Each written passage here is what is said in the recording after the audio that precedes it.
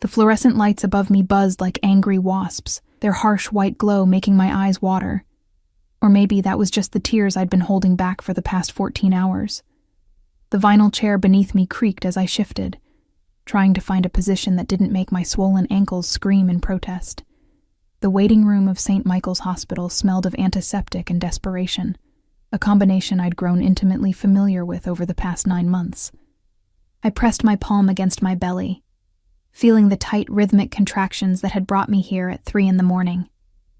Alone. Always alone now. The divorce papers had been finalized 6 months ago. 6 months since Marcus had looked at me with those cold, distant eyes and told me he couldn't do this anymore. He'd left before I could tell him about the baby. By the time I'd worked up the courage to call, his number was disconnected, his apartment cleared out, and his social media accounts deleted. It was as if he'd erased me, erased us, from his entire existence. Mrs. Chen? A nurse with kind eyes and exhaustion written across her face appeared in the doorway. "We're ready for you now. It's Ms. Rivera," I corrected softly, hauling myself to my feet. The name felt foreign on my tongue now. This reclaimed identity I'd gone back to after the divorce. Sarah Rivera. Not Sarah Chen. Not Mrs. Anybody. The contraction hit me like a freight train halfway down the corridor, and I gripped the wall, breathing through the pain the way the YouTube videos had taught me. The nurse waited patiently, her hand on my elbow, steadying me. "First baby?" she asked. Yes, the word came out as barely a whisper. The delivery room was too bright, too cold, too real. They got me into the hospital gown, a humiliating paper-thin thing that tied in the back, and hooked me up to monitors that beeped steadily, tracking my baby's heartbeat. Our baby. Mine and Marcus's, except he'd never know, never care, never show up to hold this tiny life we'd created together. "Is someone coming?" the nurse asked, glancing at the empty chair beside my bed. "Family? The father?" I shook my head, unable to speak past the lump in my throat. The hours blurred together after that. Pain and pressure and doctors murmuring to each other in medical jargon I couldn't parse through the haze. I gripped the bed rails until my knuckles turned white, screaming into the void of that sterile room, wishing I had someone, anyone, to hold my hand through this. And then, after what felt like an eternity of agony, I heard it. A cry. High-pitched and furious and absolutely perfect. "It's a girl," the doctor announced, holding up this tiny, writhing creature covered in vernix and blood. A beautiful, healthy girl. They placed her on my chest, and the world stopped. Everything stopped. The pain, the loneliness, the fear. It all melted away as I looked down at her scrunched-up face, her tiny fists waving in the air, her dark eyes that would eventually focus on mine. She was perfect. Absolutely, impossibly perfect. "Hi, baby girl," I whispered, my voice breaking. "I'm your mama. It's just you and me now, okay? Just you and me." But I was wrong. So devastatingly, terrifyingly wrong. The knock on my recovery room door came 4 hours later, just as I'd finally gotten my daughter. Lily, I decided to name her, latched in nursing. I looked up, expecting another nurse with more forms to sign or medications to take. Instead, Marcus stood in the doorway. He looked the same. Dark hair styled perfectly. Designer clothes that cost more than my monthly rent. That same sharp jawline I'd once traced with my fingers in the darkness of our bedroom. But his eyes were different now, harder, colder. There was something almost predatory in the way he looked at me, holding our newborn daughter. "Sarah." My name sounded like an accusation in his mouth. "How did you—" I clutched Lily closer to my chest, suddenly feeling exposed in my hospital gown, my hair matted with sweat, my body still aching from labor. "How did you know I was here?" He stepped into the room, and I noticed he wasn't alone. A woman followed him, tall, blonde, wearing stilettos that clicked against the linoleum floor like a countdown to something terrible. She looked at me with barely concealed disgust, her nose wrinkling as if I smelled bad. "I have my ways," Marcus said, his voice smooth and controlled, always so controlled. "Did you really think you could hide this from me?" "Hide it?" The words came out as a bitter laugh. You left, Marcus. You disappeared. I tried to. That's mine. He gestured to Lily, and something in his tone made my blood run cold. Not love. Not wonder at seeing his daughter for the first time. Just ownership. That's my daughter. She's not a possession, I said, my voice trembling but firm. And you gave up any right to her when you left. The blonde woman, his girlfriend, new wife, leaned in and whispered something in his ear. Marcus's expression shifted, something almost like satisfaction crossing his face. Actually, Sarah, I didn't give up anything. We were still married when she was conceived. That means I have parental rights, equal custody at minimum. He pulled out his phone, tapping on the screen. I've already spoken to my lawyer. The words hit me like a physical blow. Custody. He wanted custody. He'd abandoned me, ghosted me completely, and now he wanted to take my baby girl away. You can't, I started, but the door burst open again. This time a doctor entered, not the one who delivered Lily, but an older man with silver hair and a clipboard tucked under his arm. Dr. Patterson, according to his name tag. He looked between Marcus and me with an expression I couldn't quite read. Ms. Rivera, I apologize for the intrusion, but we need to discuss something rather urgent. His eyes flicked to Marcus, privately, if possible. Anything you need to say to her, you can say in front of me, Marcus interjected, stepping closer to my bed. I'm the father. Dr. Patterson's eyebrows rose slightly. Are you? That's interesting, because the genetic screening we run on all newborns flagged something unusual. We ran additional tests to confirm, and he opened his clipboard, scanning the document. Mr. Chen, you are definitively not the biological father of this child. The room went silent. I stared at the doctor, my brain refusing to process what he'd just said. Not the father? That was impossible. Marcus was the only man I'd ever been with. The only one. There had never been anyone else. What?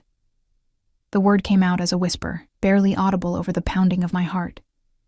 Marcus's face had gone pale, then red, his hands clenching into fists at his sides. That's impossible. She was faithful. I know she was faithful. I'm only reporting the medical facts, Dr. Patterson said calmly. The genetic markers don't match. However, he paused, and something in his expression shifted. Tension. Fear, almost. There is a match in our database. The biological father's DNA is flagged in our system. Flagged, I echoed. What does that mean? It means, a new voice said from the doorway, deep and smooth as aged whiskey, that you and I need to have a conversation, Sarah. I looked up, and my entire world tilted on its axis. The man standing in the doorway didn't just enter the room, he commanded it. Tall, broad-shouldered, wearing a black suit that probably cost more than everything I owned combined. His dark hair was pushed back from a face that could have been carved from marble. Sharp cheekbones, a strong jaw, full lips set in a firm line, but it was his eyes that made my breath catch. Dark, intense, and fixed solely on me, with an expression that made my skin prickle with something between fear and awareness. Behind him stood two other men, clearly security. They wore earpieces and had the kind of posture that screamed military training. One of them scanned the room systematically, his hand resting near his jacket in a way that suggested a concealed weapon. Who the hell are you? Marcus demanded, but his voice had lost its earlier confidence. He'd taken a step back, I noticed. Away from this stranger. The man ignored him completely. His gaze never left mine as he moved further into the room, each step deliberate and controlled. The air seemed to thicken with his presence, and I found myself holding Lily tighter, some instinct I didn't understand screaming at me that this man was dangerous. My name is Dante Moretti, he said, and the name sent a chill down my spine. I knew that name. Everyone in the city knew that name. The Moretti family wasn't just wealthy. They were untouchable, connected. There were whispers about their business dealings, rumors that never made it to print because journalists who dug too deep tended to disappear. I don't understand, I managed to say, my voice shaking.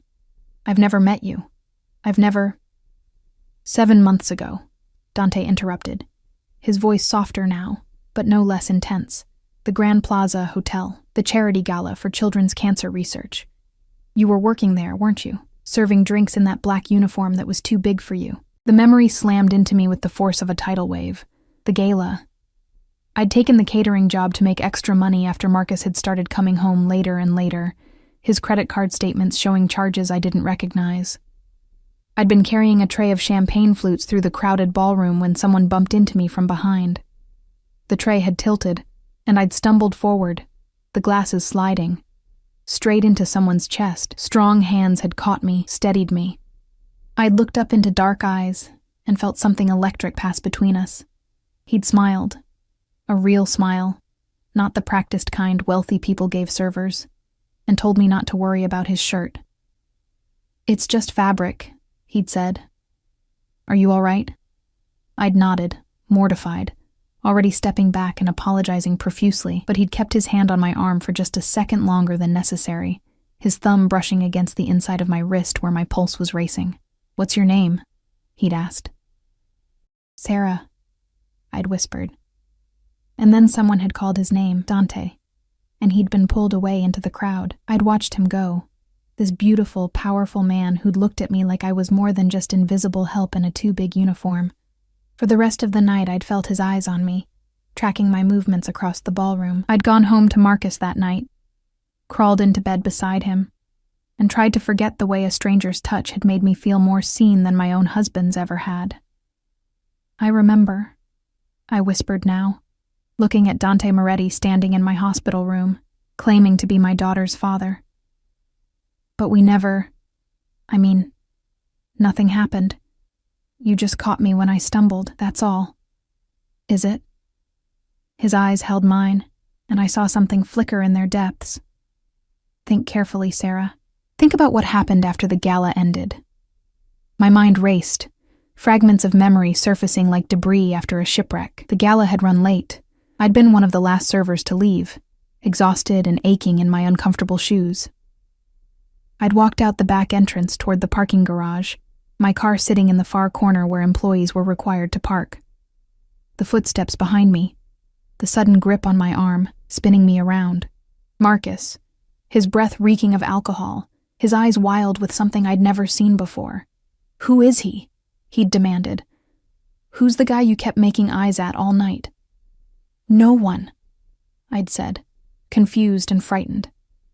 "Marcus, what are you—" He'd dragged me toward a service corridor, and everything after that was fragmented, shouting, his hands on me, rough and angry, me trying to pull away, and then nothing, a blank space in my memory, like someone had taken an eraser to that night. I'd woken up the next morning in my own bed with a pounding headache and bruises on my arms that Marcus had said were from me, being dramatic and falling when he'd tried to take me home because I'd had too much to drink, but I hadn't been drinking. I never drank at catering events. I couldn't afford to lose the job. "I don't remember," I said slowly, my heart hammering against my ribs. "After the gala, there's a gap. I thought I was just tired, but..." Dante's jaw tightened, and for the first time, I saw pure rage flash across his face. It was there and gone in an instant, replaced by that controlled mask. But it had been real, terrifying and somehow protective. "Dr. Patterson," Dante said, not taking his eyes off me. "Would you mind giving us the room? Mr. Chen as well. This is a private matter."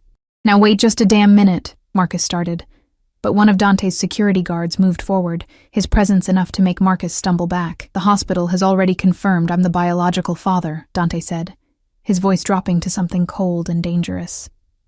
"Which means you have no legal standing here. I suggest you leave before I have security escort you out." Marcus looked at me, and I saw calculation in his eyes. He was weighing his options, trying to figure out how to spin this to his advantage. The blonde woman tugged on his sleeve, whispering urgently. "This isn't over," Marcus said finally, pointing at me. "You're going to regret this, Sarah. You're going to regret all of it." He stormed out, his girlfriend click-clacking behind him, and suddenly the room felt both larger and smaller. Just me, Lily sleeping against my chest, and Dante Moretti, a man I didn't remember, claiming to be my daughter's father. Dr. Patterson cleared his throat. "Ms. Rivera, would you like me to stay?" I should have said yes. Every instinct I'd developed over years of being careful, of protecting myself, screamed at me to keep the doctor in the room. But when I looked at Dante, I didn't see the same coldness I'd seen in Marcus's eyes. I saw something else. Something fierce and possessive, and utterly focused on me and the baby in my arms. "It's okay," I heard myself say. "You can go." The door clicked shut, and I was alone with a stranger who was apparently the father of my child. A stranger I couldn't remember being with. A stranger whose name carried weight and danger and power that made Marcus look like a child playing dress-up. Dante moved closer, and I found I couldn't breathe properly. He sat down in the chair beside my bed, not hovering over me, not crowding me, but close enough that I could smell his cologne. Expensive, masculine, intoxicating. "I'm going to tell you something," he said quietly, his eyes never leaving my face. "And I need you to listen very carefully. Can you do that for me, Sarah?" I nodded, my throat too tight to speak. "That night, after the gala, your husband drugged you." The words hung in the air between us, heavy and impossible. "Drugged me." "That's not—" I started, but Dante held up a hand, silencing me with just that simple gesture. The gold ring on his finger caught the harsh hospital light, and I noticed the family crest engraved on it. Old money, old power. "Let me finish," he said, and his voice was gentler now, almost careful, as if he was afraid I might shatter. "After you left through the back entrance, I followed, not to—" He paused, seeming to choose his words carefully. "I'd been watching you all night. The way you moved through that ballroom like you were trying to be invisible. The way you flinched every time someone snapped their fingers at you for another drink. And then I saw the way your husband grabbed you." My stomach turned cold. Marcus had grabbed me. I remembered that much. The anger in his eyes, the accusation. "I confronted him," Dante continued, "in that service corridor, told him to take his hands off you. He got aggressive, started shouting about how you were his wife, and I needed to mind my own business. You were barely conscious by then. Whatever he'd given you was working fast." "Why would he drug me?" The question came out as a whisper. "He was my husband. If he wanted to take me home, he could just—" "Because he was angry," Dante interrupted, and now his voice held an edge of fury that made my breath catch. "Jealous. He'd seen us together when I caught you. Saw the way I looked at you, the way you looked at me, and he wanted to punish you for it."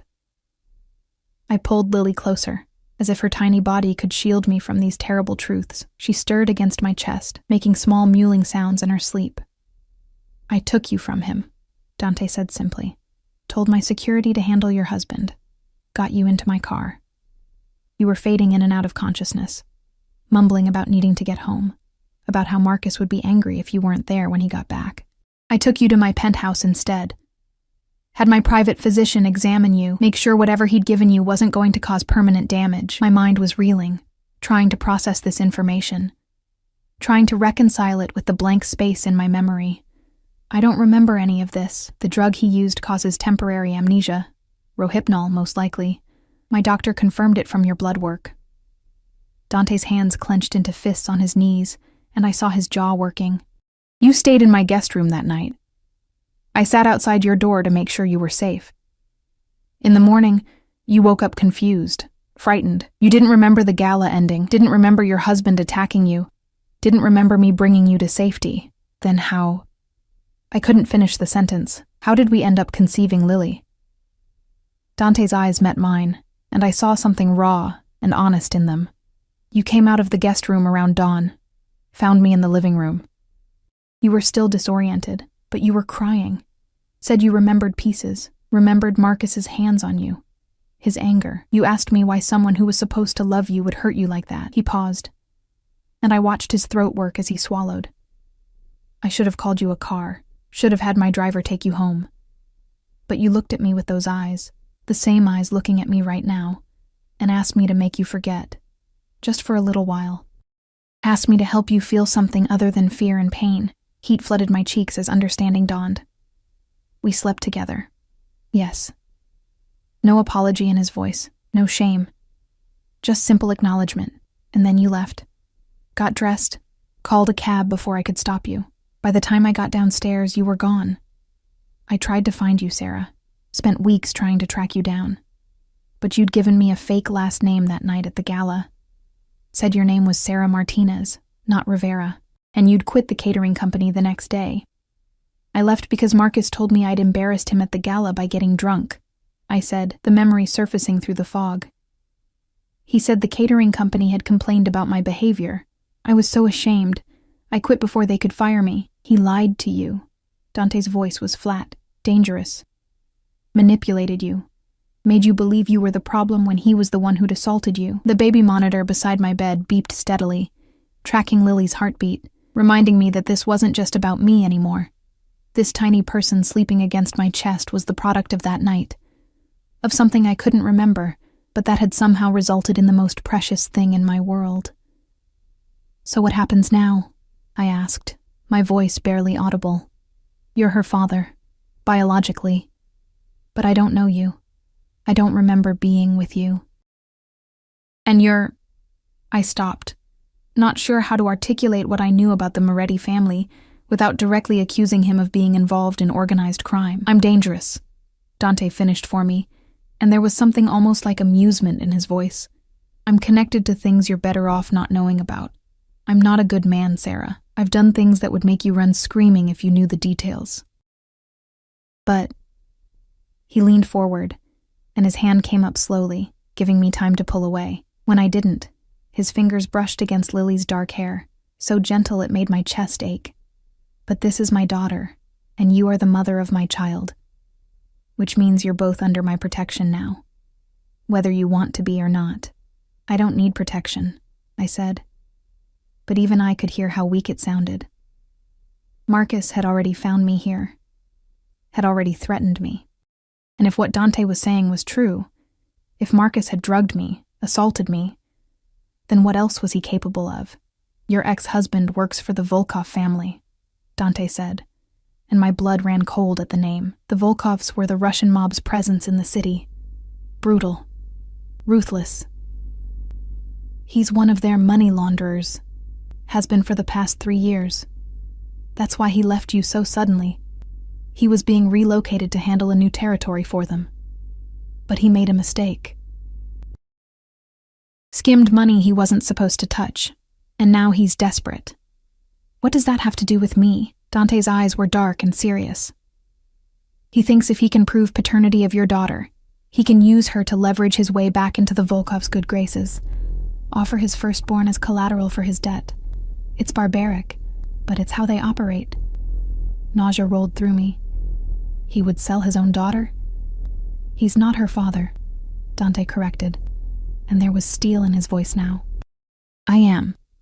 And no one, not Marcus Chen, not the Volkovs, not anyone, is going to touch either of you. Do you understand me?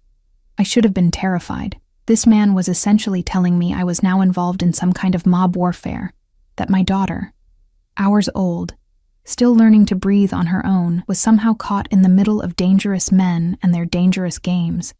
But instead, looking at Dante's fierce expression, feeling the protective fury radiating off him, I felt safe. For the first time since seeing those divorce papers, for the first time since realizing I was going to be a single mother, for the first time since Marcus had walked into this hospital room with ownership in his eyes, I felt like someone was actually on my side. I don't understand any of this, I admitted, my voice cracking. Yesterday, I thought I was just a broke, divorced single mom about to raise a baby alone. Now you're telling me I was drugged and assaulted by my own husband, that I slept with a man I don't remember, and that my daughter is somehow valuable to the Russian mob? I know it's overwhelming. Dante's hand moved from Lily's hair to my arm, his touch warm through the thin hospital gown. But I need you to trust me, Sarah, just for now. Just until I can get you somewhere safe. Safe where? I have an apartment. I have a job I need to get back to. Your apartment is being watched, I had my people checked before I came here. 3 of Volkov's men in a car across the street. And your job—" He pulled out his phone, tapped a few buttons, then showed me the screen. "Your boss received a call this morning from someone claiming to be your lawyer, saying you're suing the company for pregnancy discrimination and demanding a settlement. Your position has been terminated." The email on his screen was from my manager. Subject line, "Immediate termination." My hands started shaking. "Marcus," I whispered, "he's destroying everything. He's trying to isolate you, make you desperate, make you vulnerable so you'll come back to him. Let him use Lily as his bargaining chip." Dante pocketed his phone and stood, towering over the hospital bed. But he made one critical mistake. What's that? He came after what's mine. The possessiveness in those words should have scared me. Should have sent up every red flag imaginable. But instead, warmth spread through my chest, something primal and instinctive recognizing the claim in his voice.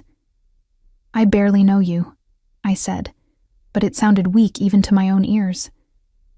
"You knew me well enough 7 months ago," Dante replied, and there was heat in his gaze now, something that made my skin flush despite everything. "Your body remembers me, even if your mind doesn't. And whether you believe it or not, Sarah, you're mine. You became mine the moment you asked me to make you forget, the moment you trusted me with your pain. And now—" His eyes dropped to Lily, and his expression softened in a way that transformed his entire face.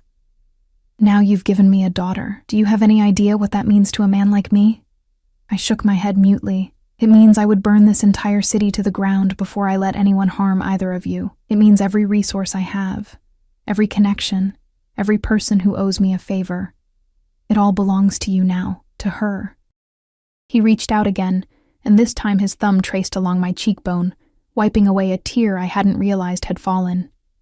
"You don't have to love me. You don't even have to like me, but you will let me protect you, because the alternative is watching Marcus hand our daughter over to men who traffic children for profit." The stark reality of those words hit me like a physical blow. This wasn't a romantic movie where everything would work out fine. This was real life, with real monsters, and my baby girl was caught in the crossfire of something I didn't understand. "Okay," I heard myself say. "Okay. What do we do?" Relief flashed across Dante's face, there and gone in an instant. "First, you're going to stay here tonight. I'll have security outside your door. No one gets in except medical staff I've personally vetted. Tomorrow morning, I'm moving you to one of my properties, somewhere safe, secure, where Marcus can't find you. And then I handle your ex-husband." The way he said it, cold, final, made me wonder exactly what handle meant in Dante Moretti's world, but that's not something you need to worry about. Your only job is to focus on healing and taking care of our daughter. Our daughter. He kept saying that, claiming Lily as his own without hesitation, without question. And despite everything, despite the insanity of this entire situation, I found I wanted him to keep saying it. Wanted to believe that I wasn't alone anymore. A knock on the door made us both tense. Dante moved with lightning speed, positioning himself between me and the entrance, his hand moving to his jacket in the same way his security guards had earlier. Definitely a gun. "It's just the nurse," came a female voice. "I need to check on the baby and take Mom's vitals." Dante relaxed marginally, but didn't move from his protective stance until the nurse, the same kind-faced woman from earlier, entered with a rolling cart of medical supplies. Her eyes widened when she saw Dante, recognition flashing across her face. Everyone knew the Morettis, but she quickly schooled her expression and turned to me with a professional smile. "How are we feeling, Mama? Is she latching okay?" The next 20 minutes passed in a blur of medical checks and instructions. The nurse examined Lily, pronounced her perfect and healthy, then checked my incision site from where they'd had to do an emergency C-section during the delivery. I'd forgotten about that part, the sudden drop in Lily's heart rate, the rushed decisions, the terrifying speed with which they'd prepped me for surgery. Throughout it all, Dante stood by the window, his phone pressed to his ear, speaking in low, rapid Italian to whoever was on the other end. I caught fragments: immediate extraction, full security detail, eliminate the threat, and decided I was better off not knowing the details. When the nurse finally left, Dante returned to my bedside. My men are securing the property now. It's outside the city, on a private estate, gated, guarded, completely isolated. You'll have everything you need: a nursery, medical equipment, round-the-clock help if you want it. It sounds like a prison, I said quietly. It's a sanctuary, he corrected. A prison is somewhere you can't leave. You're free to go anytime you want, Sarah, but if you leave my protection, I can't guarantee your safety, or hers. As if on cue, Lily began to fuss, her small face scrunching up as she started to cry. Instinctively, I adjusted her position, trying to soothe her, but my body was exhausted, my arms shaking from the effort of holding her. Here, Dante said softly, and before I could protest, he was reaching for her. Let me. I should have refused, should have held on to my daughter and kept this dangerous stranger at arm's length, but I was so tired, and he was looking at Lily with such wonder, such fierce protectiveness, that I found myself carefully transferring her into his arms. He held her like she was made of glass, supporting her head with one large hand, cradling her body against his chest with the other. And as I watched this powerful, dangerous man gently rock my newborn daughter, whispering to her in Italian, words I didn't understand but that sounded like promises, something inside me cracked open. Mia piccola principessa, he murmured. My little princess. No one will ever hurt you. I swear it on my life. Lily quieted in his arms, her crying settling into small hiccups as she stared up at his face with those unfocused, newborn eyes. And Dante smiled. A real, genuine smile that transformed his entire face into something beautiful and almost boyish. She's perfect, he said, looking at me. You made something perfect, Sarah. We made her, I corrected softly, and something hot and intense flared in his eyes at those words. Yes, he agreed. We did. The morning light filtered through the hospital blinds in pale strips, painting the room in shades of gold and gray. I'd barely slept. Every time I closed my eyes, I saw Marcus's face, twisted with rage and ownership. Or I saw Dante, this beautiful stranger, who'd somehow become the father of my child, holding Lily with such tenderness, it made my chest physically ache. 2 men stood outside my door now. Dante's security. One was tall and broad-shouldered with a scar running through his left eyebrow. The other was leaner, younger, but his eyes held the kind of alertness that suggested military training. Every time a nurse approached, they checked credentials, spoke into their earpieces, confirmed clearance before allowing entry. It should have felt suffocating. Instead, it felt like the first full breath I'd taken in months. Lily nursed contentedly at my breast, her tiny fingers splayed against my skin. The lactation consultant had come by an hour ago, pronounced us a perfect pair, and left with a cheerful reminder to stay hydrated. As if hydration was my biggest concern right now. My phone, which I'd silenced after the 10th call from an unknown number, sat on the bedside table like a ticking bomb. 43 missed calls since yesterday, 17 voicemails, dozens of texts that I was too afraid to read. Your phone's been buzzing all morning, one of the nurses said during her vitals check. She was different from the kind-faced woman from last night. Younger, with sharp eyes that took in everything. Want me to turn it off for you? Please, I whispered. She powered it down with efficient movements, then paused. Ms. Rivera. That man who was here yesterday, Mr. Moretti? My cousin works for his family, says he's tough but fair, says if he's protecting you, you're probably safer than the president. I didn't know how to respond to that, so I just nodded. She gave me a knowing smile and left, pulling the door closed behind her. Dante arrived at 9 o'clock exactly, looking like he'd stepped out of a fashion magazine despite the early hour. Different suit, charcoal gray this time, with a black shirt underneath that made his dark eyes seem even more intense. His hair was still damp from a shower, and I caught the scent of his cologne as he approached the bed. How are you feeling? He asked, his gaze moving from me to Lily and back again. Sore, confused, terrified, I admitted. Take your pick. A ghost of a smile touched his lips. All reasonable responses. He pulled the chair closer, settling into it with the kind of grace that suggested he was comfortable anywhere, in any situation. The doctor says you can be discharged this afternoon. I've arranged for a private ambulance to transport you to the estate. Ambulance? I can walk. You had major surgery less than 24 hours ago. Dante interrupted gently, and the fewer people who see you leaving, the better. Marcus has people watching the main entrances. We're going out through the service exit in a medical transport vehicle. He'll be expecting a regular car. The level of planning, the attention to detail, it should have impressed me. Instead, it just reinforced how far out of my depth I was. You've done this before, moved people who needed to disappear. It wasn't a question, and Dante didn't treat it like one.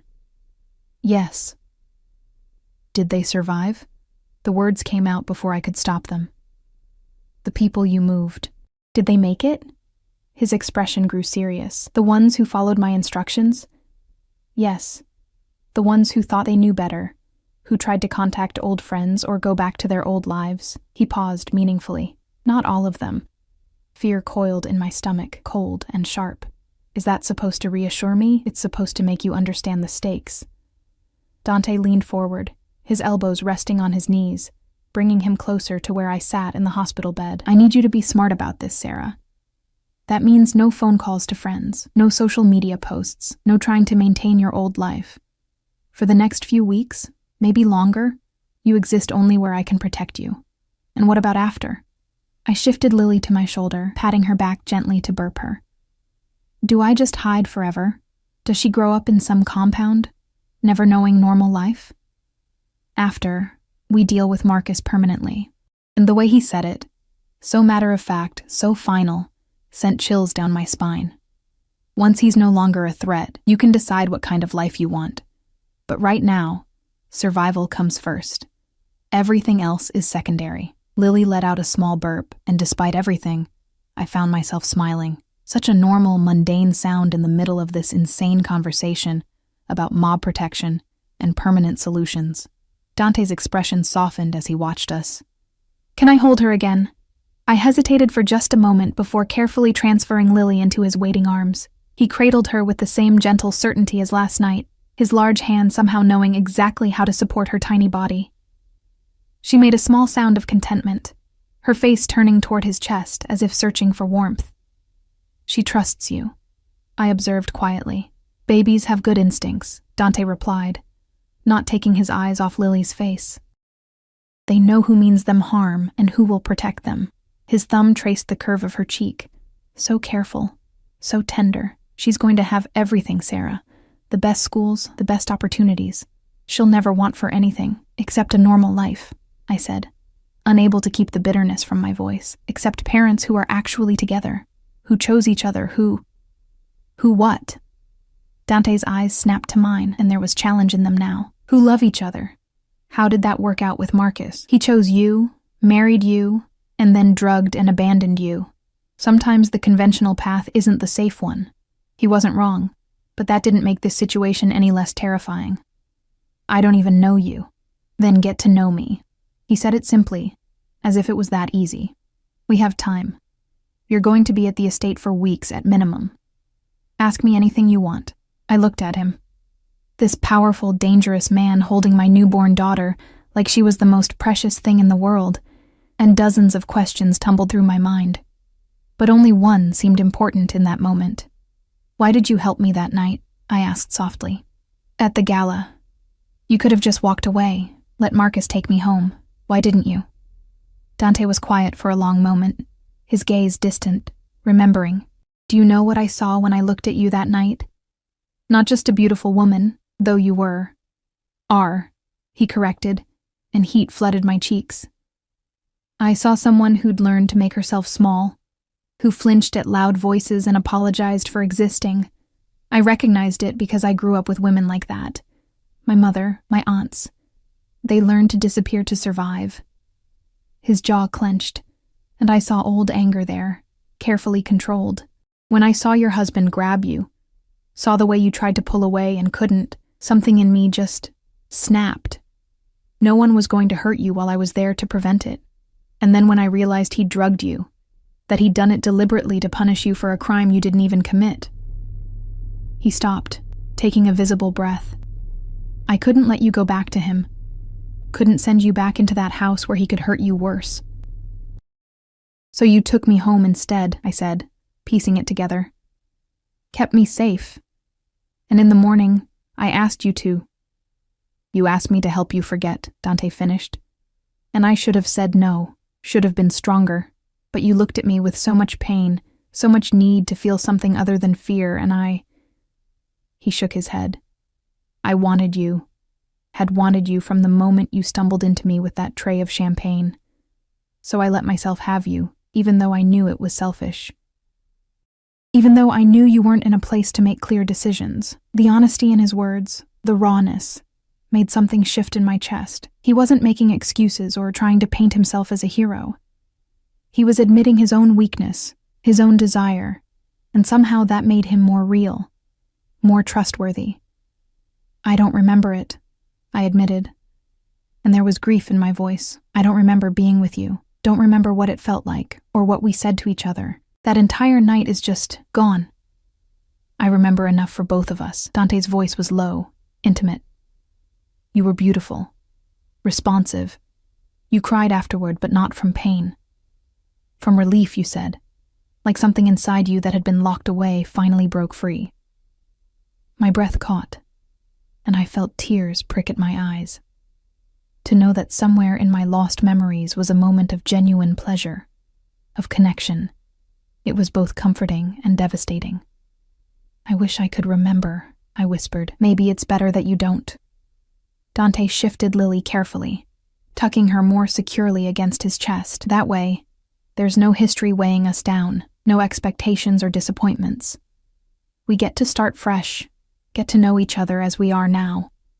With her as our reason, a knock on the door interrupted us. The scarred security guard, I'd learned his name was Marco, leaned in. Boss, we've got a situation. Dante's entire demeanor changed in an instant. The gentle father disappeared, replaced by something cold and commanding. What kind of situation? Chen's outside the main entrance with 2 Volkov enforcers. They're demanding to see Ms. Rivera and the baby. Hospital security is stalling, but get her ready to move. Now. Dante stood smoothly, transferring Lily back into my arms with practiced ease. We're leaving through the service entrance in 5 minutes. Have the ambulance ready. Sir. Marco hesitated. They've got the service entrance covered too. Someone tipped them off about the private transport. Dante's expression turned murderous. Then we go up. Up? I echoed, fear spiking through me. The roof. Dante was already moving, pulling out his phone and barking orders in rapid Italian. I have a helicopter standing by. We'll extract from there. A helicopter? My voice came out too high, panicked. I just had surgery. I have a newborn. We can't. We can and we will. Dante's hand cupped my face, forcing me to meet his eyes. Sarah, listen to me. If Marcus gets to you, if the Volkovs get their hands on Lily, you will never see her again. Do you understand? They will take her, and you will spend the rest of your life wondering where your daughter is, what they're doing to her. Is that what you want? No. The word came out as a sob. No. Please, then trust me. His thumb wiped away the tears on my cheeks. Trust me to keep you both safe. Can you do that? I looked into his dark eyes and saw absolute certainty there. This man who'd saved me once before, who'd given me a child I couldn't remember conceiving, who was now standing between me and monsters I'd never known existed. Yes, I whispered. Yes, I trust you. Good. He pressed a quick, fierce kiss to my forehead, then turned to Marco. Get a wheelchair. We move in 2 minutes. And Marco? Anyone who tries to stop us doesn't walk away, clear? Crystal, boss. What followed was a blur of controlled chaos. Nurses appeared with a wheelchair, their faces pale but professional. Someone wrapped Lily in extra blankets while I was helped into a robe over my hospital gown. My legs shook as I stood for the first time since surgery, pain lancing through my abdomen. But Dante's arm was there, supporting me, keeping me upright. I've got you, he murmured against my ear. Just hold on to Lily. I'll do the rest. They settled me in the wheelchair with Lily cradled in my lap. Dante positioned himself behind me, one hand on the wheelchair handle, the other inside his jacket where I knew his gun rested. Marco and the other guard, Alessandro, I'd heard Dante call him, flanked us, their own hands near their weapons. We moved through the corridors at a brisk pace, taking service elevators and back hallways I hadn't known existed. Twice we heard raised voices, the sounds of confrontation, but Dante's men steered us away before we encountered whoever was causing the commotion. "Almost there," Dante said as we approached a stairwell marked "Roof Access, Authorized Personnel Only." "You're doing great, Sarah. Just a little further." The climb was torture. Even though Dante lifted me from the wheelchair and carried me while Marco carried Lily, every jolt sent agony through my surgical sight. I bit down on my lip to keep from crying out, tasting blood. Focusing on my daughter's small form in Marco's careful grip, the roof access door burst open, and suddenly we were outside. The morning sun was blindingly bright after the dim hospital corridors. Wind whipped around us, cold and sharp, making me gasp. And there, in the center of the roof, was a sleek black helicopter, its rotors already spinning. "Go, go, go!" Dante shouted over the noise, and we were running. Or rather, they were running while carrying us. The helicopter door slid open, and hands reached out to help us inside. Dante practically threw me into a seat, then took Lily from Marco, and secured her in some kind of specialized infant carrier that was already strapped in. "Boss, we've got company," Alessandro yelled, and I looked back to see the roof access door slam open. Marcus emerged, flanked by two massive men in dark suits. Even from this distance, I could see the rage on his face. Dante's gun was out in a heartbeat, trained on the approaching men. "Get us airborne. Now." The pilot didn't need to be told twice. The helicopter lifted, and my stomach dropped as we rose into the sky. Through the window, I watched Marcus running toward us, shouting something I couldn't hear over the rotor noise. He looked furious, desperate, dangerous. And then we were too high, too far away, and he was just a small figure on a hospital rooftop, growing smaller by the second. Dante slid into the seat beside me, his gun still in his hand, his eyes scanning the city below as we climbed higher. "You okay?" I wanted to laugh at the absurdity of the question. I'd just escaped from a hospital in a dramatic helicopter extraction, fleeing from my ex-husband and Russian mobsters who apparently wanted to traffic my newborn daughter. Nothing about this was okay, but when I looked at Lily, sleeping peacefully in her specialized carrier despite the noise and motion, something settled in my chest. She was safe. We were safe. For now, that had to be enough. "I'm okay," I said, and meant it. Dante's hand found mine, his fingers threading through mine with surprising gentleness. "The estate is 30 minutes from here. Once we land, you can rest, recover, and I promise you, Sarah, no one is getting through my security." Not Marcus, not the Volkovs, not anyone. I squeezed his hand, drawing strength from his certainty. Below us, the city spread out like a toy landscape, all tiny buildings and winding streets. Somewhere down there was my old apartment with my meager possessions. My old job that I'd lost, my old life that had been built on lies and false security. That life was gone now, dead and buried along with my marriage, and my naive belief that I could just quietly exist on the margins of the world. Now I was flying over the city in a private helicopter, holding the hand of a Mafia boss, fleeing toward an uncertain future with a daughter I'd only just met. It should have been terrifying. Instead, watching Dante's profile as he stared out the window, seeing the protective tension in his shoulders, feeling the solid warmth of his hand in mine, I felt something I hadn't felt in years. I felt hope. The estate materialized below us like something from a dream, or perhaps a fairy tale, though I wasn't sure yet if it was the kind with a happy ending. Sprawling gardens surrounded a stone mansion that looked like it had been transplanted directly from the Italian countryside. High walls encircled the entire property, and I could see armed guards positioned at regular intervals along the perimeter. A gilded cage, I thought, then immediately felt guilty. These people were protecting us.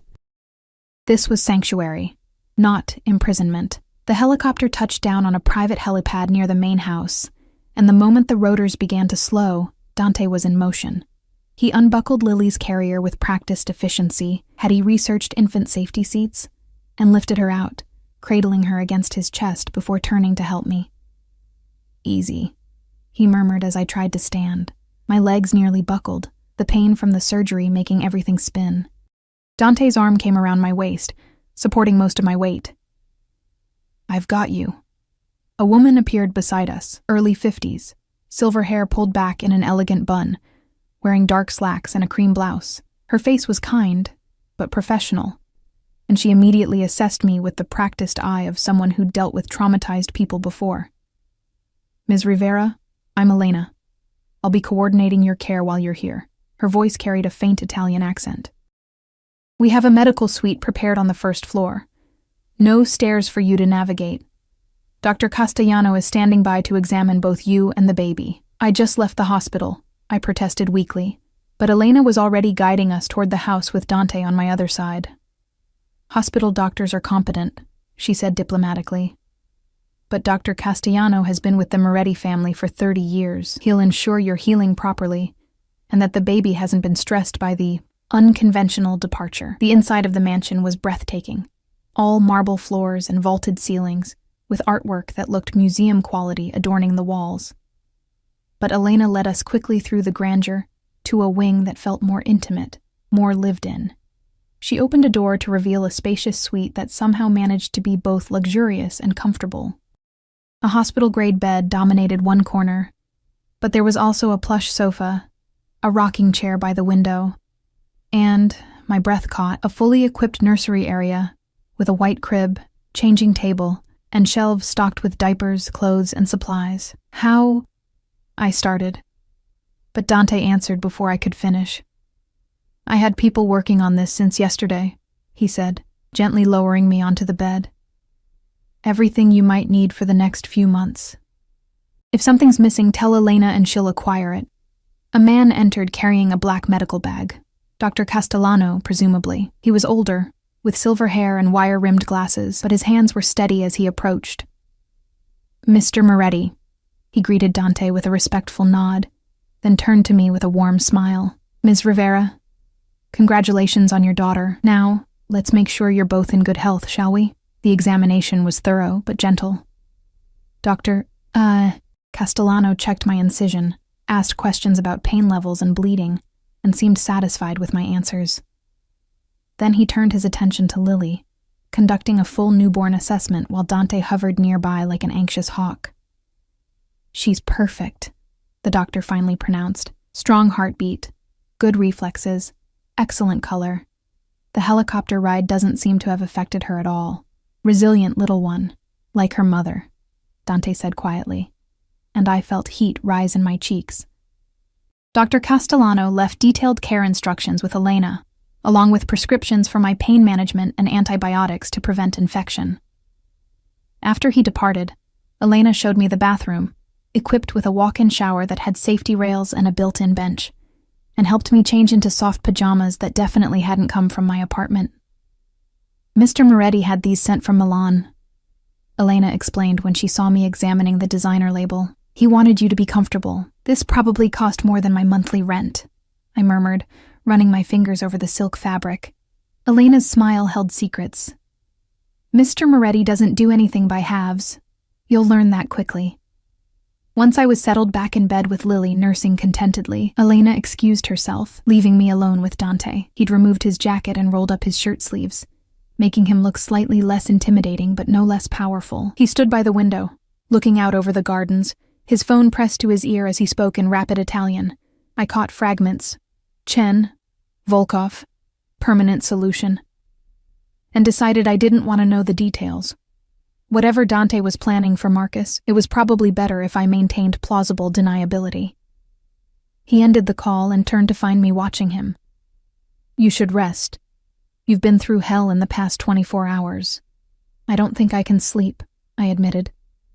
"Every time I close my eyes, I see Marcus on that roof, or I think about what could have happened if we hadn't gotten away." Dante crossed the room and settled into the rocking chair beside the bed, close enough that I could reach out and touch him if I wanted. "He can't reach you here. The estate has military-grade security, facial recognition cameras, armed patrols, sensors on every inch of the perimeter. A mouse couldn't get in without me knowing about it." "And what about getting out?" The question slipped out before I could stop it. His expression grew serious. "Sarah, I meant what I said at the hospital. You're not a prisoner. If you want to leave, I won't stop you. But I strongly advise against it until Marcus is no longer a threat. Once he's handled, you can go anywhere you want, do anything you want. I'll provide security, financial support, whatever you need." "Why?" I shifted Lily to my other breast, trying to ignore the ache in my surgical site. "Why do all of this for someone you barely know?" "Because she's mine." Dante's eyes dropped to Lily, and his expression softened in that devastating way that made my heart skip.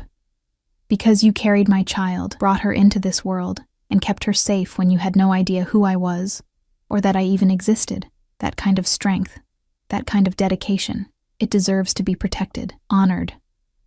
He leaned forward, his elbows resting on his knees, bringing him closer. "And because when I think about what Marcus did to you, when I remember finding you barely conscious in that corridor, knowing he drugged his own wife just to punish her for an imagined slight." His hands clenched into fists. "No one who would do that to another human being deserves to live, let alone have access to a child." The cold finality in his voice sent chills down my spine. "You're going to kill him." It wasn't a question, but Dante answered anyway. "I'm going to make sure he never hurts you again. What that entails is better left unsaid." I should have been horrified, should have recoiled from this admission of planned violence, but all I felt was a terrible, shameful relief. Marcus had haunted my life for too long. First as the husband who'd grown increasingly controlling and cold, then as the ex who'd abandoned me, and now as the threat hanging over my daughter's head. If Dante could make that threat disappear— "I'm a terrible person," I whispered. "I should be telling you not to do this. Should be insisting there are legal ways to handle this. The legal system failed you when it let Marcus walk away from drugging and assaulting you," Dante replied. "When it would give him parental rights to a child he planned to sell to pay his debts. Sometimes the law isn't enough. Sometimes justice requires dirtier hands." Lily finished nursing, and I lifted her to my shoulder, patting her back gently. Dante stood and moved closer, his hand coming up to stroke her dark hair. "She has your nose," he observed softly. "And your eyes," I countered. "I noticed it this morning, that same dark intensity. God help us all if she inherits my temperament," Dante said with a slight smile. "I was a nightmare as a child. My mother used to say I came out of the womb arguing." It was the first personal thing he'd shared that wasn't directly related to the crisis we were in.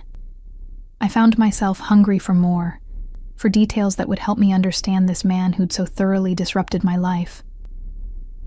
"Tell me about your family," I said. "Your mother. Your childhood." Dante's expression grew distant, remembering. "My mother was French. Marie Dubois. She met my father when she was working as a translator in Rome. He was already deep in the family business by then, but she didn't care. Said she saw the man beneath the reputation." He paused. "She died when I was 12, cancer." "I'm sorry," I said softly. "My father never recovered. He became harder, colder, threw himself into work, into expanding the family's influence.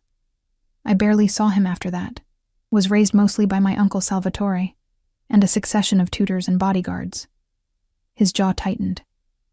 "I swore I'd never be like him. If I ever had a family, I'd be present, involved. I wouldn't let work consume everything. Is that why you're here?" I asked. "Instead of handling Marcus yourself?" "Marco and Alessandro are more than capable of managing that situation," Dante replied. "My place is here, with you." With her, his finger traced Lily's tiny hand, and she reflexively gripped it, making him smile. "I won't be an absent father, Sarah. I know this situation is far from conventional, but I meant what I said. She's mine. And I take care of what's mine." The possessiveness in his words should have bothered me, but instead it settled something anxious in my chest. For so long I'd felt alone, invisible, like my existence barely registered in the world. But the way Dante looked at me, at Lily, we weren't invisible to him. We were seen, protected, claimed. A soft knock interrupted us. Elena entered carrying a tray laden with food. You need to eat, Ms. Rivera. Keep your strength up for nursing. The smell of fresh bread and soup made my stomach growl, reminding me I hadn't eaten since yesterday. Elena set up a bed tray, and I realized the soup was minestrone, hearty and rich, with vegetables and pasta in a savory broth. There was also crusty bread, sliced fruit, and a chocolate pastry that looked sinful. This is too much, I protested weakly, but Elena just smiled. You're feeding 2 people now. Eat. Dante took Lily from me so I could eat properly. Watching him hold her, this powerful, dangerous man cradling my tiny daughter with such careful tenderness, something shifted deep in my chest.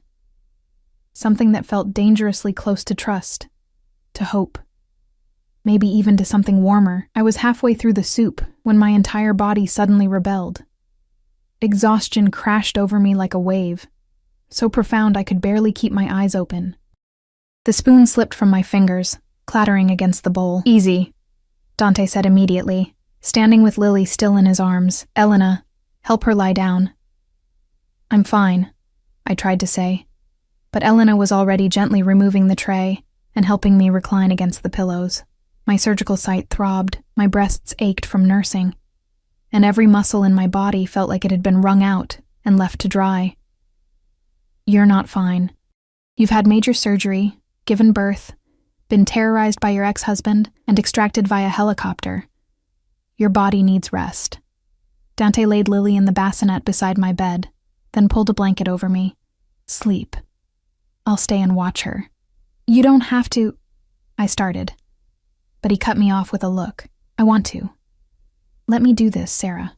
Let me take care of you both. My eyes were already closing, sleep pulling me under despite my protests.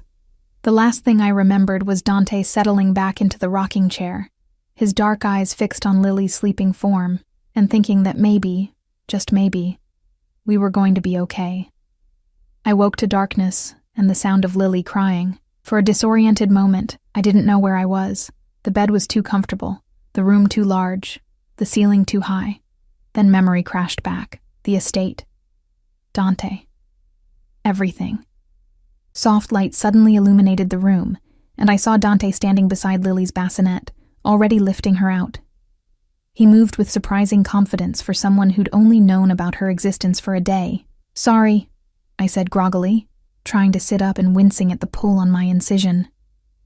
I'll take her. I've got her. Dante was already changing her diaper with efficient movements. You need to rest. How long since you took your pain medication? I had to think about it. Hours? The clock on the nightstand read 2:47 a.m. I'd been asleep for over 8 hours. I should feed her. Then get comfortable. I'll bring her to you. He finished with the diaper, wrapped Lily back in her blanket, and carried her to the bed. I adjusted my position, and he carefully placed her in my arms, then handed me the glass of water and pain pills Elena had left on the nightstand. Take these first. I swallowed the medication and got Lily latched while Dante settled back into the rocking chair. It should have been awkward, this intimate moment of feeding our daughter with him watching, but somehow it wasn't. It felt natural. Right. You're good at this, I observed. The diaper changing. I barely know what I'm doing. I watched YouTube videos, Dante admitted, and I blinked in surprise. After you left the hospital, I spent 3 hours researching infant care. Diapers, swaddling, sleep schedules, everything. The image of this powerful Mafia boss watching parenting tutorials on YouTube made something warm bloom in my chest. That's actually really sweet. I don't do anything halfway, he replied. If I'm going to be her father, I'm going to do it properly. That means knowing how to care for her, not just throwing money at the problem and hiring nannies. Will you tell me about it? I asked quietly. About your world. About what being part of your family really means? Dante was quiet for a long moment, his expression thoughtful. My world is complicated, dangerous, built on traditions that go back generations, and codes of honor that outsiders don't understand. But at its core, it's about family, about loyalty, about protecting what's yours at any cost. He leaned forward, his dark eyes intense in the low light. The Moretti family has operated in this city for over a century. We have legitimate businesses, restaurants, real estate, import-export. But there are other operations that exist in the gray areas: protection services, information brokering, conflict resolution for people who can't go through official channels. And the Volkovs? I asked. Marcus's people? The Volkovs are different. They're newer, more brutal. They deal in things we don't touch: human trafficking, hard drugs, anything that turns a profit regardless of the human cost. They've been trying to muscle into our territory for years, and Marcus's debt to them was an opportunity. If he could deliver a Moretti heir to them, it would give them leverage, power, a way to hurt us. Horror washed through me. They would have taken her, used her against you. They would have tried, Dante corrected, and his voice dropped to something cold and lethal. But they failed. Because you're here, she's here, and I will burn their entire organization to the ground before I let them touch either of you. Lily had finished nursing, her eyes drifting closed in that milk-drunk contentment all newborns had. I lifted her to my shoulder, and Dante immediately stood to take her, burping her with the confidence of someone who'd watched those YouTube tutorials very carefully. What happens now? I asked. With Marcus? With the Volkovs? Now we wait, Dante replied, gently rocking Lily. My people are working on locating Marcus and determining how deep his involvement with the Volkovs goes. Once we have that information, we'll handle it. Permanently. He placed Lily back in her bassinet, making sure she was swaddled properly before turning back to me. In the meantime, you heal. You bond with our daughter. You adjust to being here. And when you're ready, if you're ready, we talk about what comes next, for all of us. What do you want to come next? The question was bold, probably too bold, but the darkness and the intimacy of the moment made me brave. Dante moved closer, sitting on the edge of the bed, close enough that I could feel the heat radiating from his body. I want you to stay, not just until the threat is eliminated, but after. I want to build something here, Sarah, a real family. Not the cold, distant thing I grew up with, but something warm, safe, real. His hand came up to cup my face, his thumb tracing my cheekbone. I know it's fast. I know you don't remember being with me. Don't know me beyond these intense circumstances. But I feel something when I look at you. Something that goes beyond just protecting the mother of my child. And I hope that given time, you might feel it too. My heart was pounding so hard I was sure he could hear it. Dante, you don't have to answer now, he said softly. I'm a patient man when it matters. I can wait for you to heal, to feel safe, to decide what you want. But I needed you to know that I'm not just offering protection. I'm offering partnership, family. A real future if you want it. Before I could respond, his phone buzzed. He pulled it out, his expression darkening as he read the message. What is it? I asked, fear spiking through me. Marco has located Marcus, Dante said, his voice cold. He's at a Volkov safe house on the south side, negotiating terms for delivering you and Lily to them in exchange for his debt being forgiven. Rage and terror warred in my chest. He's really going to do it. Going to try to take our daughter. He's going to try, Dante agreed, standing, but he won't succeed. I need to handle this, Sarah. Need to end this threat tonight so you can stop looking over your shoulder. Be careful, I said, and was surprised by how much I meant it.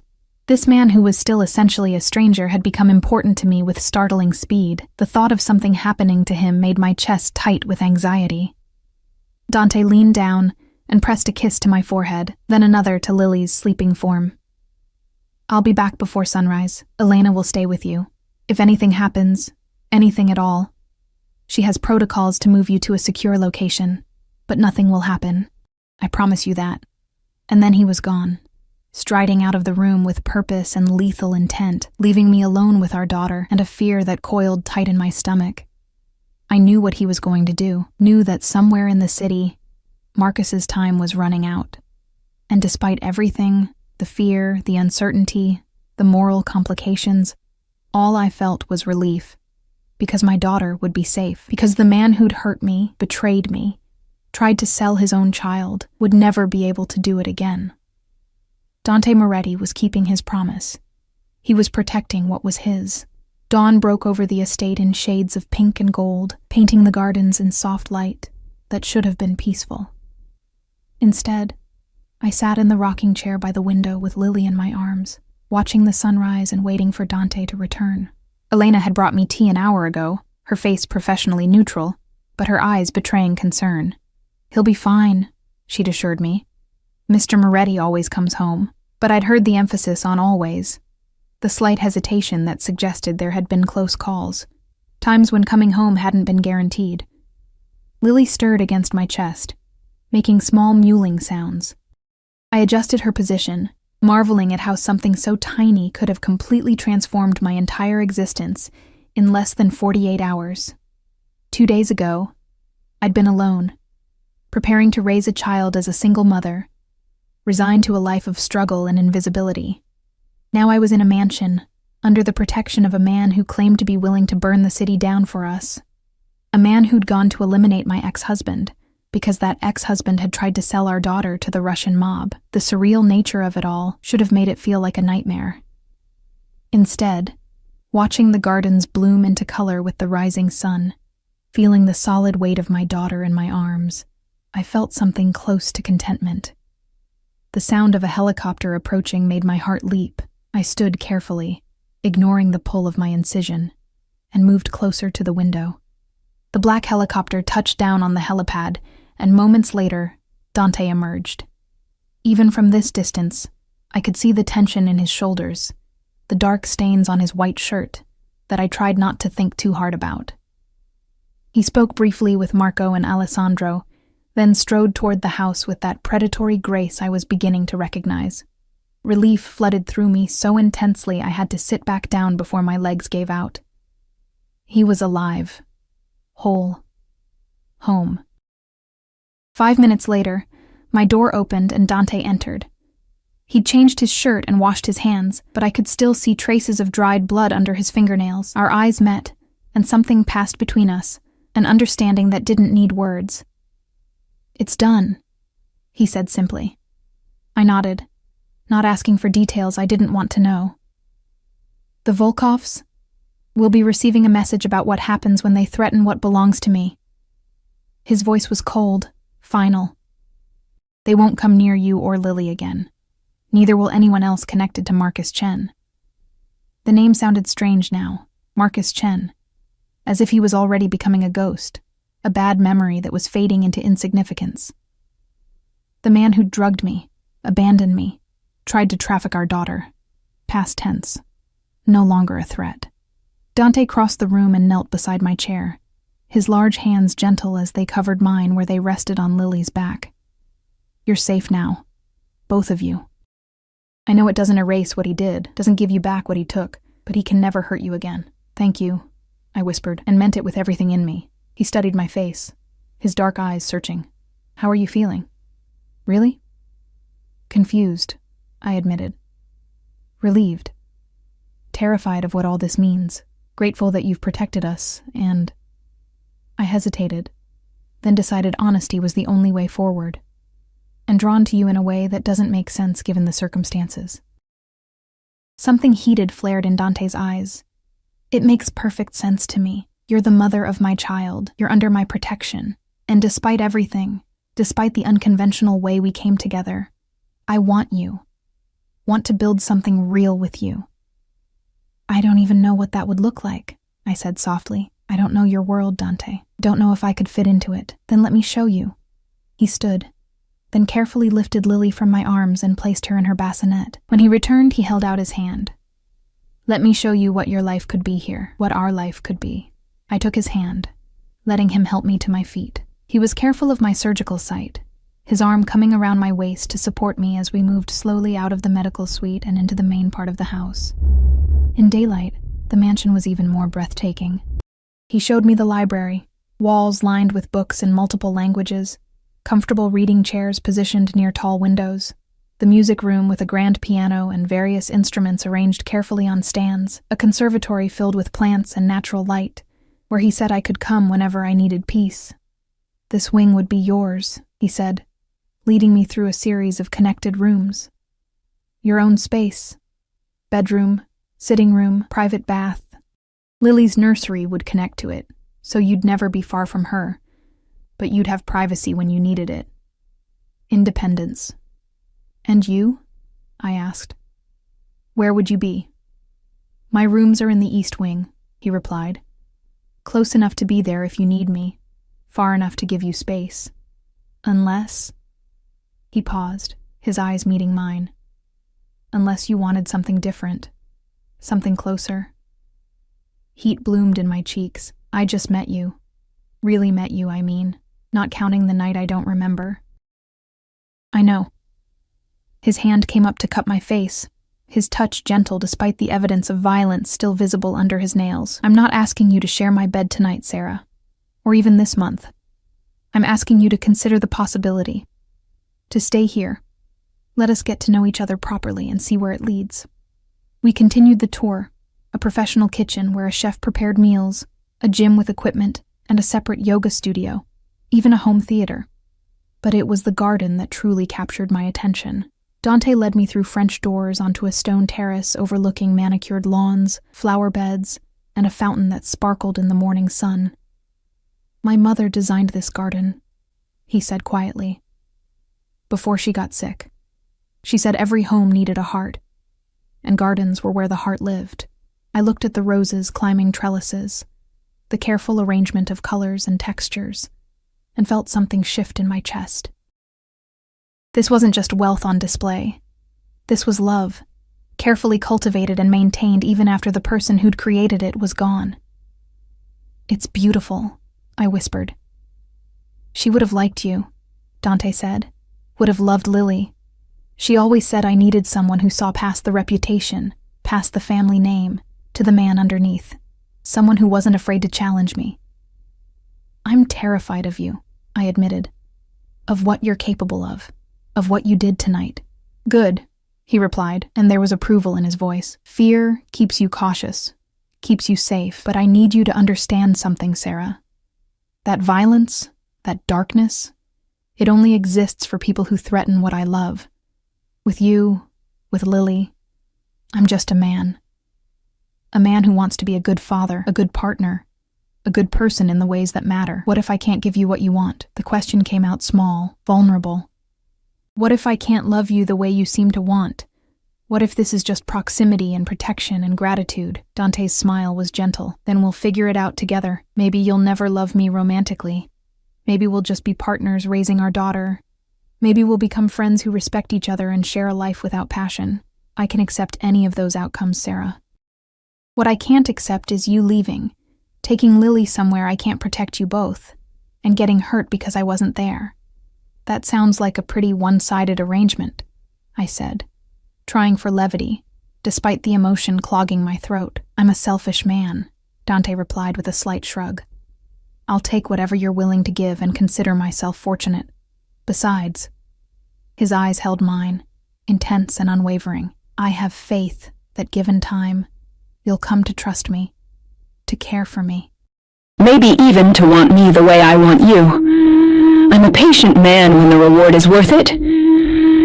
A cry from inside interrupted us. Lily, awake and demanding attention. Dante immediately turned toward the sound, but I stopped him with a hand on his arm. Let me, I said, but come with me. We returned to the medical suite together, and I lifted Lily from her bassinet, settling into the rocking chair to feed her. Dante pulled up a smaller chair beside us, watching with that same fierce tenderness I was beginning to recognize as uniquely his. Tell me about your family traditions, I said as Lily nursed. If I'm going to raise her in your world, I need to understand it. So he told me. About Sunday dinners where the entire extended family gathered, children running through the gardens while adults argued about politics and business over wine. About name days and feast days, celebrations that lasted from dawn to midnight. About the importance of loyalty, of keeping your word, of protecting family above all else. It's not always easy, he admitted. There are expectations, rules, ways of doing things that go back generations. But there's also love, support, the knowledge that you're never alone, never without backup. When you're part of this family, You're part of something bigger than yourself. And Lily? I asked softly. What kind of life will she have? Whatever kind she wants, Dante replied firmly. I won't force her into the business, won't make her carry burdens she doesn't choose. She'll have the best education, the best opportunities, and the freedom to be whoever she wants to be. Artist, doctor, teacher, it doesn't matter. She'll be loved and supported regardless. The conviction in his voice made me believe him. This man who'd killed for us, who'd built a fortress to keep us safe, genuinely wanted nothing more than for his daughter to be happy and free. Over the next few weeks, we settled into a rhythm. My body healed slowly, the surgical site gradually becoming less painful. Lily grew and changed daily, her unfocused newborn gaze sharpening into recognition when she saw our faces. And Dante was there for all of it. He learned to change diapers faster than I could, mastered the art of the swaddle, walked the floors at 3 a.m. when Lily was fussy, singing to her in Italian, old songs his mother had sung to him. He attended every doctor's appointment, asked detailed questions, took notes like he was studying for an exam. And slowly, carefully, we learned each other. I discovered he loved old movies, particularly noir films from the 1940s, that he had a weakness for dark chocolate and good whiskey, that he'd studied literature at university before being pulled fully into the family business, and still read voraciously novels, poetry, history. He learned that I'd wanted to be a teacher before financial necessity had derailed my education, that I loved thunderstorms and hated the color yellow, that I'd never traveled outside the country but had dreamed of seeing Paris since I was a little girl. We'll go, he said one evening as we sat in the library, Lily sleeping between us in her carrier. When she's a bit older, we'll spend a month in Paris. You can see the Louvre, Notre Dame, all of it. Just like that? I asked, amused by his casual certainty. Just like that, he confirmed. I have property there. A flat near the Luxembourg Gardens. You'd love it. The ease with which he talked about our future, about trips we'd take, things we'd do together, should have felt presumptuous. Instead, it felt nice. Like maybe the future didn't have to be something I faced alone. One night, about 3 weeks after we'd arrived at the estate, Lily was particularly restless. I'd fed her, changed her, checked her temperature, everything I could think of, but she continued to fuss, her small face scrunching up in distress. Here, Dante said, appearing in the doorway of my bedroom suite. I'd officially moved out of the medical room into the beautiful space he'd shown me that first day. Let me try.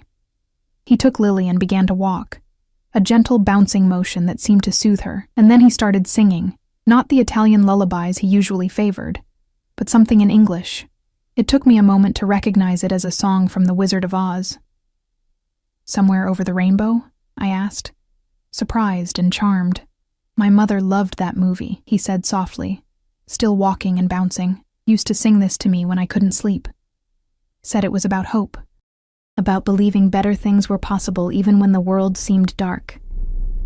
I watched him, this powerful, dangerous man singing a children's song to our fussing baby, and felt something crack open in my chest, something that had been carefully guarded, carefully protected, suddenly vulnerable and exposed.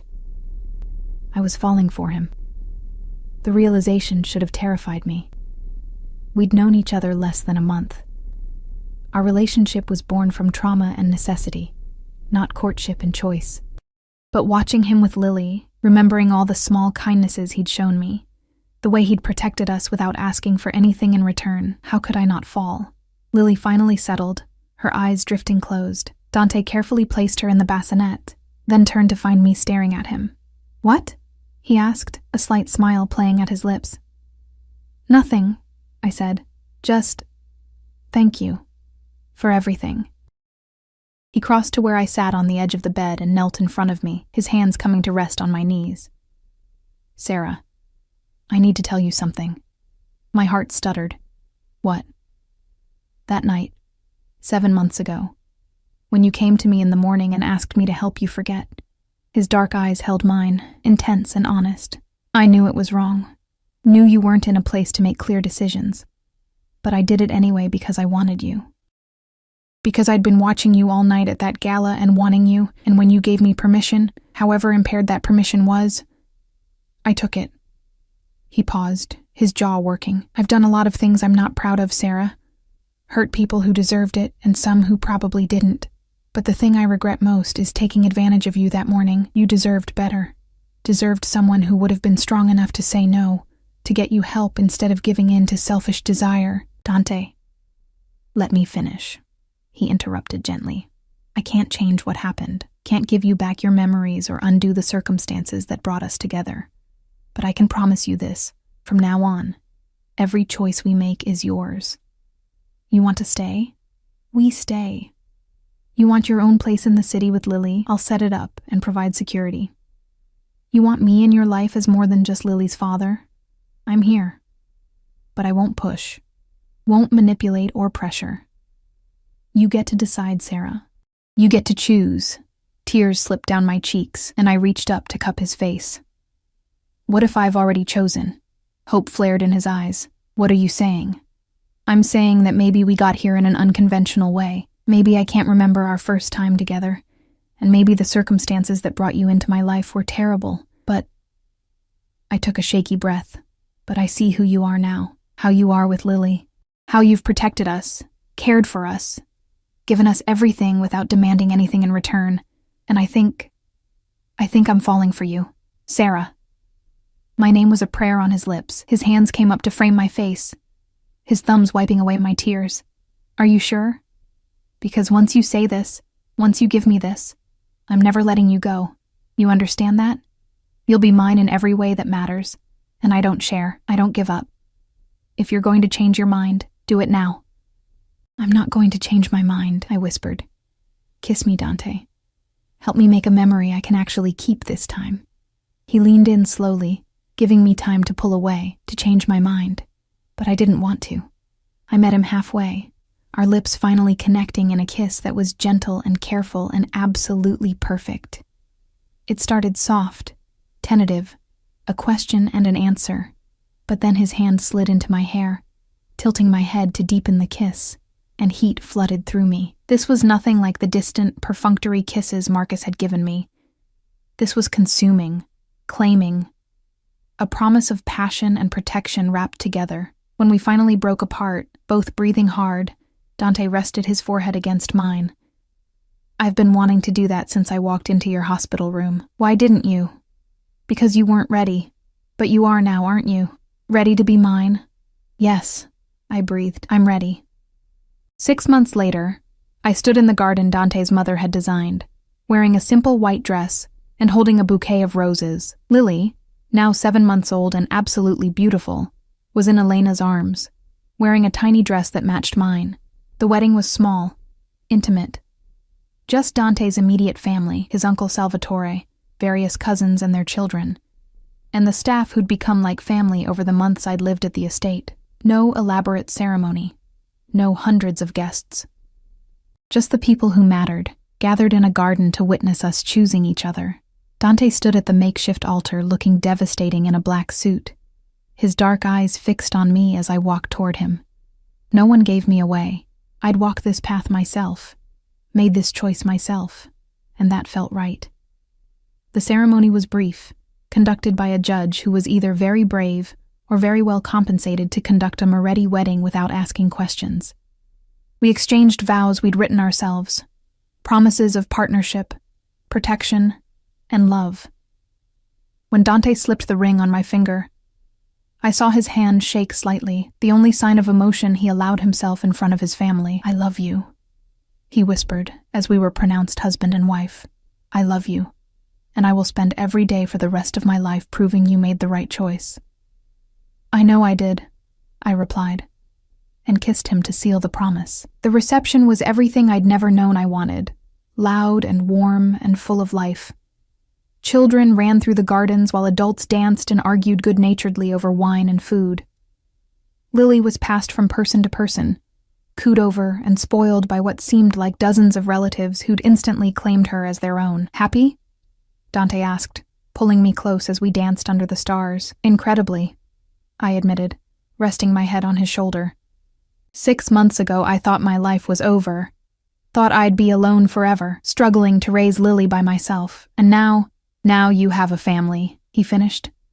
an overwhelming, loud, intrusive Italian family who will involve themselves in every aspect of your life and drive you crazy with their opinions and advice. I laughed. I can't wait. Later, after the guests had left and Lily was asleep in her nursery, Dante carried me over the threshold of his bedroom. Our bedroom now. He set me down gently, mindful of the fact that my body was still recovering from pregnancy and surgery, and began to slowly undress me.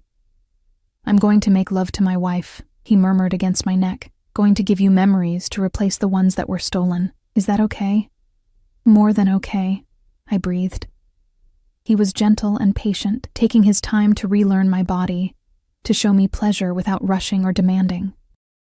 And when we finally came together, when I felt him moving inside me and looked up to see his face, open and vulnerable and full of love, I understood what I'd been missing in my marriage to Marcus. This was what it felt like to be cherished, protected, loved. Afterward, we lay tangled together, his hand resting possessively on my hip, my head on his chest, listening to his heartbeat. "Thank you," I whispered. "For what?" "For saving me, for loving Lily, for giving me a life I never dreamed was possible. Sarah." He tilted my face up to look at him. "You saved yourself. You survived being drugged, abandoned, and terrorized. You brought our daughter into this world alone and kept her safe. All I did was provide the framework for you to thrive. Don't forget that. We saved each other then," I compromised. "Deal?" "Deal," he agreed and kissed me again. 2 years later, I sat in the same garden, watching Lily chase butterflies on chubby toddler legs, while her baby brother, Antonio, named after Dante's grandfather, napped in the carrier against my chest. I'd finished my teaching degree online, and in the fall, I'd start teaching at a private school in the city. Dante had bought the building and renovated it specifically so I could pursue my dream safely. Life wasn't perfect. There were still threats, still dangers that came with being part of the Moretti family, but Dante had built walls around us, metaphorical and literal, that kept the darkness at bay. And within those walls, we'd created something beautiful. Lily squealed with delight, and I looked up to see Dante striding across the lawn, home from whatever business had taken him to the city. She ran to him on unsteady legs, and he scooped her up, tossing her in the air and catching her while she giggled. "Mama!" she called, pointing at me. "Papa home!" "I see that, baby girl," I called back, smiling. Dante carried her over and sat beside me on the blanket, Lily immediately reaching for her sleeping brother. "Gentle," Dante reminded her. "Baby Tonio is sleeping." "Soft," Lily agreed, carefully patting Antonio's head before scrambling off to chase more butterflies. Dante's arm came around my shoulders, pulling me close. "How was your day?" "Perfect," I said honestly. "Absolutely perfect." And it was. Because somehow, through trauma and fear and impossible circumstances, we'd found each other. We'd built a family. We'd created a life filled with love and laughter and hope. I still didn't remember that night 7 months before Lily was born. Maybe I never would. But looking at the life we'd built, at the children we were raising, at the man who'd proven every single day that he loved me, I didn't need to remember. The present was more than enough. The future stretched ahead of us, bright with possibility. And I was exactly where I belonged.